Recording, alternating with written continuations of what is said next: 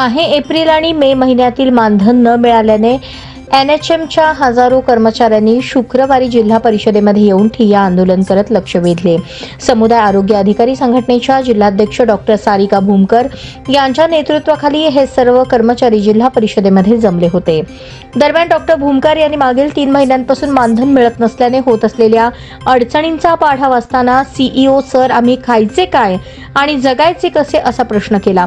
Biometric हजेरीनुसार मानधन होणार असल्याने सदर प्रणालीचा वापर करत असताना सर्व समुदाय आरोग्य अधिकारी यांना माहे एप्रिल मे जून 2025 व या कालावधीत काही तांत्रिक अडचणी आल्या आहेत। तसेच जिओ लोकेशन टॅगिंग नसणे, इंटरनेट सुविधांचा अभाव, फेस RD ॲपवरती रजिस्ट्रेशन न होणे, OTP न येणे, आधार कार्ड अपडेट नसणे, रेंज प्रॉब्लेम या कारणाने समुदाय आरोग्य अधिकारी यांना बायोमेट्रिक प्रणालीनुसार हजेरी नोंद करताना हजेरी लागलेली नाही। त्यामुळे सर्व समुदाय आरोग्य अधिकारी यांचे मानधन कपात न करता पूर्ण मानधन तसेच 5 महिन्यांच्या कामावर आधारित मोबदला अदा करण्यात यावा अशी मागणी कर्मचाऱ्यांची आहे। नमस्कार, मी डॉक्टर सारिका भूमकर, समुदाय वैद्यकीय आरोग्य अधिकारी यांची सोलापूर जिल्ह्याची मी अध्यक्ष आहे आणि आम्ही सगळेच NRHMचे जे कंत्राटी कामगार आहोत, कर्मचारी आहोत।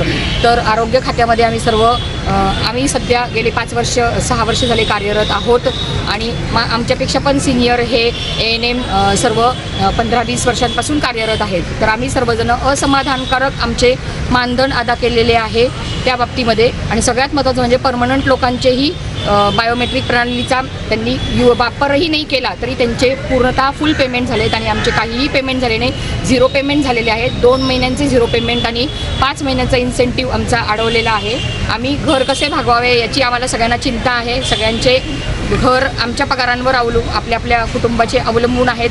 त्यासाठी आम्हाला खूप काळजी लागून राहिली आणि आम्ही सगळेजण मानसिकरित्या खचून गेलेलो आहोत आणि याच्या आधी पण आम्ही निवेदनं दिलेली आहोत की बायोमेट्रिक प्रणाली जी त्यांनी वापर सांगितलेला होता त्याचा काही तांत्रिक बिघाड त्याच्यामध्ये होत असल्यामुळे सुरुवातीला आमचे बायोमेट्रिक प्रणालीनुसार बायोमेट्रिकचा वापर केला गेला नाही आणि आमची प्रेझेंटी झालेली नाही आहे। त्यामुळं आम्ही ह्या सगळ्या गोष्टींवर असमाधानी आहोत की आमचा पगार पूर्णपणे 2 महिन्यांचा मिळावा आणि 5 महिन्यांचा इन्सेंटिव्ह आम्हाला पूर्णतः पगार आमचा मानधन अदा करण्यात यावे अशी विनंती करण्यासाठी आम्ही इकडे